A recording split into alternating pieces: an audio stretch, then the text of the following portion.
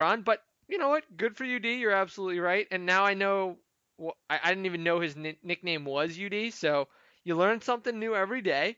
And with that, Jason, now I really Yeah, will move now in. go ahead. Go ahead.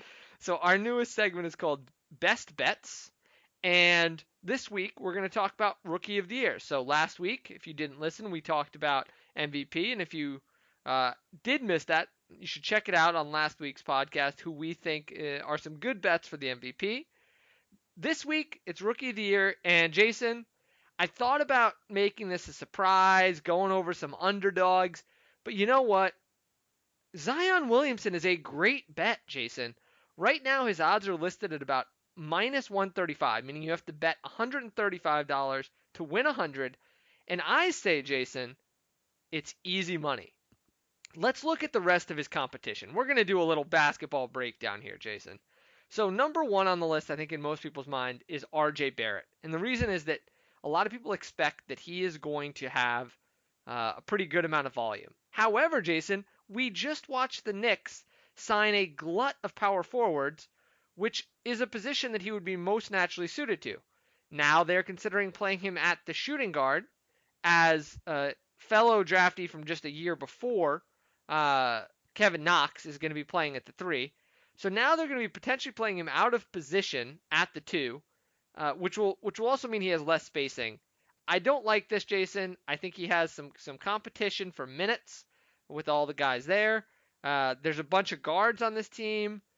I don't think he's going to get quite as many minutes as some people think he is. So I'm not a big fan there. Darius Garland, I think, is a really strong candidate. And I would say that if there was anyone here on this list that for their odds I would like besides Zion, if you kind of want to hedge your bet, I think Darius Garland might be a good hedge. He is more of a scoring point guard. Typically, scoring point guards fare a little bit better than the distributor types. The exception, of course, is a guy like Chris Paul, but most guys who come into the league, if they're more scoring oriented, they're a little bit more successful, especially if they're good shooters. That does kind of fit the bill for Garland, but he is coming off an injury, and he has to share the backcourt with a guy, Colin Sexton, in Cleveland. So I think that's going to make it tough. I think Michael Porter was on the list for some folks. He just got re-injured last month, so I just don't trust him. And then the other guy who I think a lot of people think of is John Morant. The problem I have here with John Morant, Jason, is that A, he just doesn't have a jumper, which means teams are going to sag off him a lot and beg him to shoot jumpers. Now, if you have a pretty good jumper, you might be all right. But he reminds me a lot of De'Aaron Fox, a guy who's really athletic, has a great motor, is a really good point guard, knows how to distribute, but doesn't have a great jumper. It's going to take him a little time, and he can affect game in other ways. I think for Morant, it's going to take him a while to adjust. And then, really, when you look at this, Jason, I think the other take home is that Zion's going to have a really nice opportunity actually on this team. He seems to already be the starter for this team, and they're a potential playoff team.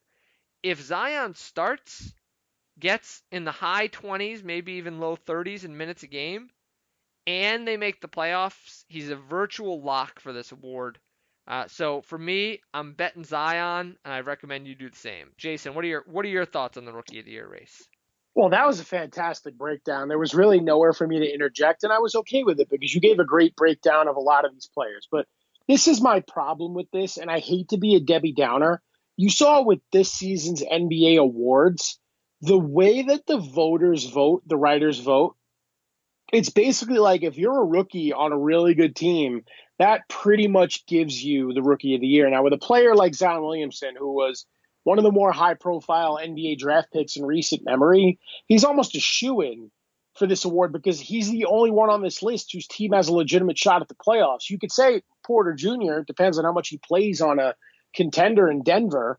But you look at John Morant in Memphis, RJ Barrett in New York, and Darius Garland in Cleveland, all those teams are pretty much headed to the lottery. So they're not going to get votes because their teams are not doing well. That's just the way today's NBA is. It's like it was really as good as the 2003 draft class was. Everyone knew LeBron was winning the award. And I feel like it's the same thing now with Zion Williamson. I mean, I'm just going to, for fun, throw out a couple of names that I think can shock some people. I'm going to go with DeAndre Hunter in Atlanta because small forward is one of those spots where I think Hunter could be that fifth guy in the lineup with Herter and Young and Reddish and Collins. So I think that could be their starting five of the future. So I'm going to throw out that name, and I'm going to throw out Rui Hachimura. I know he didn't look that strong in Summer League, but the Wizards are so bad. If they end up trading Bradley Beal, we could be seeing the Hachimura show in the nation's capital. So those are a couple of dark horse picks. And then I'm going to go a tier down, and I'm going to throw out two names: Jarrett Culver in Yeah. Minnesota and Kobe White on the Bulls. I think that if he, because you mentioned the Bulls as a potential playoff team, if White could come in hot, I know it's a large learning curve for point guards going from college to the NBA, but if the Bulls sneak in as the eighth seed somehow and Kobe White plays well, I think you find his name in the conversation as well. I think the guy who we shouldn't sleep on here, as I said, if you want to really hedge your bet, I think Darius Garland is a really nice hedge. The reason I say this is that he's not going to have a lot of competition. Brandon Knight, Matthew Dellavedova are some guys who I believe are on the roster. Not going to compete really. Jordan Clarkson has just not been very good. What about And if Colin Sexton, point guard they drafted a year ago? so, that is the reason why I ultimately didn't choose him. But here's my case. I think that they're going to split time in the backcourt. I think they're going to both play. And I think they're going to give Garland the opportunity to be point guard, and they're going to have Sexton play the two. And if that's the case, what I don't mind about this is that's going to mean a lot of pick and roll for Garland with Kevin Love. And I'm going to say two things. First of all, I think that is exactly what Garland's going to like. They have a new coach there, Bayline, who does enjoy playing kind of the way that I think Garland will thrive. But I also think that this is a team last year that won 19 games in large part because they're by far their best player basically didn't play at all.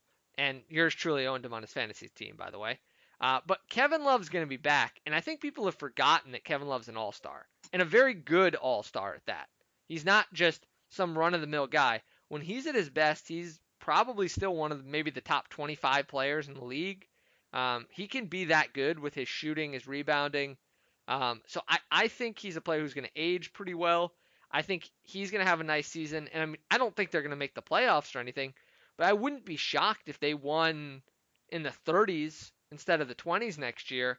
And if Garland kind of plays up here, I wouldn't be shocked. Now the injury, the fact that he's going to have to split the backcourt with Colin Sexton, who's a little bit ball dominant, means I'm not gonna go crazy on this, but I think it's a decent hedge. I think Garland really has the type of profile that you want for a guy who's going to come in. He can really shoot, which gives him the opportunity to really step in right away and play.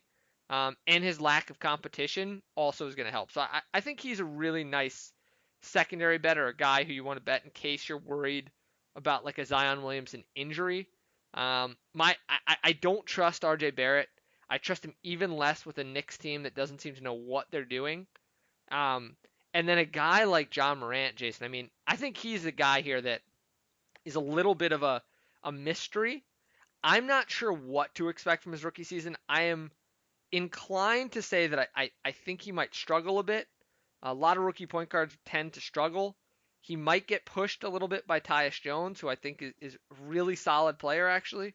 Um, and then I also just I wonder how teams are going to react to him and his sort of his lack of a jumper at this stage in his career. Just I mean, do you think that Morant will have a good rookie year, or do you think it's going to be a little bit more uneven in the kind of in the spirit of a guy like maybe De'Aaron Fox or Russell Yeah, Westbrook? I think it's a large learning curve for a lot of these point guards picked high. Morant, Kobe White, they're going to have a large learning curve. But Morant didn't play at a Division One school. He went absolutely off in the NCAA tournament, but it's a leg up in competition. And he was showing up at summer league eating like French fries and all this stuff, and it was a big thing in the media. So I don't know if he's personally ready. I think he's going to have some growing up to do.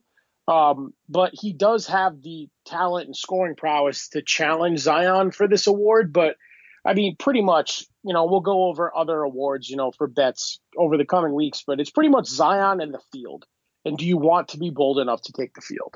But listen to Ben McDonald, because he's trying to make you all some serious cash this year. Absolutely. And I think that does it. Unless you have any last thoughts about the your beloved Brooklyn Nets, I think we're all done here. Yeah, I might make this the first show where it doesn't get a little netsy in here. I had something on Joe Harris. Then I'm like, you know what? Let's just keep it light and tight this week. We're going to have a lot to talk about in the coming weeks, though, because the schedule's coming out. So we'll do a fun little breakdown of that. We have the Team USA roster announcement before the FIBA World Cup. So we'll break down and see how much we both got right. Each of us picked 12 players last week. And I'm really starting to doubt mine, given that everyone's just dropping out still. But that's really it, man. Yeah, and we may, no promises here, but me and Jason are at least discussing the idea of giving the people what they want and doing a little bit of fantasy football preview as well. We know it's the time of the season.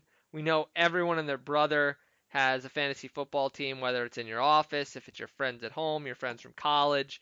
Everyone's in one of the leagues. So we might do a little breakdown, or at least a mini breakdown, some of the guys we like, maybe some sleepers, put some together.